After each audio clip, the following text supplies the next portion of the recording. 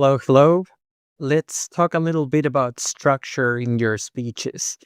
And this is something very simple but powerful. And that's that well structured messages stick.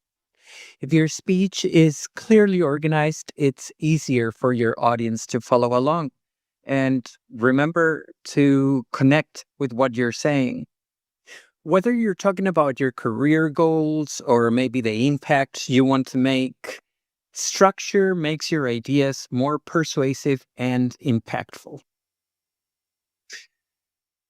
In this short video, we will focus on structure in terms of organizational patterns. Why is this important? Because it will help your audience follow along your ideas. Think of your speech like a roadmap. If you're clear on where you're going and how you will get there, your audience won't get lost, and neither will you. So, we'll walk through four basic ways to organize your speech. Each of them can work well for your future vision speech, depending on your story, or maybe a combination of them all. Let's take a look.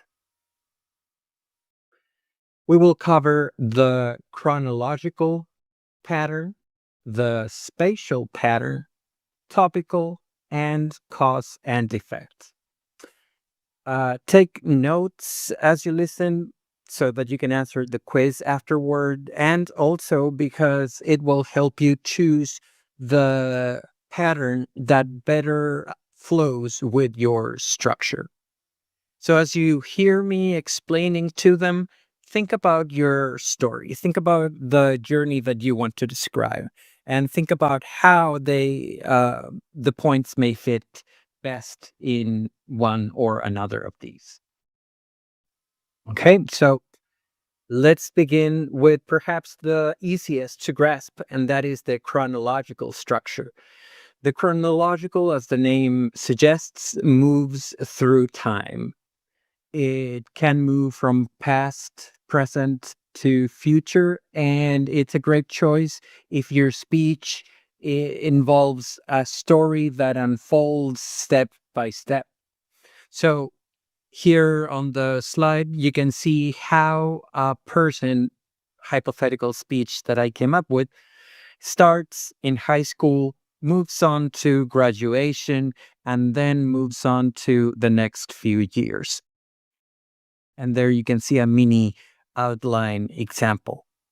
Now, importantly, you can make some variations of this pattern by, for example, starting in the future, then flashing back to the past, and maybe then return to what you're aiming for next.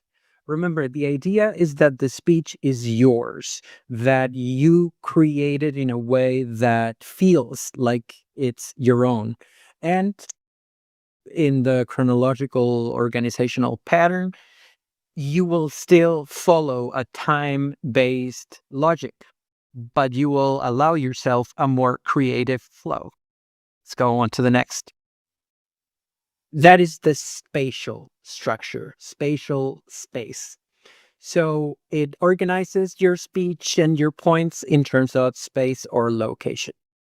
This works very well if you want to describe, for example, a specific workplace or setting that many people in the speeches that I've witnessed sometimes describe that or say that they would like to have a shop, that they would like to have a studio, a salon, whatever the case may be. The spatial organizational pattern might work very well for you as you describe a specific setting. So, for example, um, if you take a look again at the examples, at the samples there on the slide, you could organize something in, for example, to the left of the garage is the diagnostics station. Across the room, the lift system will allow us to work on multiple vehicles and so on and so forth. So, one of the main advantages of the spatial pattern is that it helps your audience see or visualize your dream workplace or maybe your dream home, whatever it is. It paints a picture for them.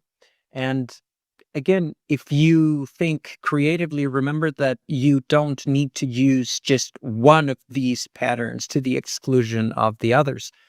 You can combine this with a brief timeline describing how you moved through different parts of a workplace or facility in the course of a day, or how you shifted departments in one workplace or plan to do so over a longer time stretch, as in a career path. So spatial, very, very visual, very descriptive, very directional. Una producción de Profesortoledo.cl. Si le gustó el video, dele un me gusta, compártalo en sus redes sociales y suscríbase a mi canal. Muchas gracias por su atención.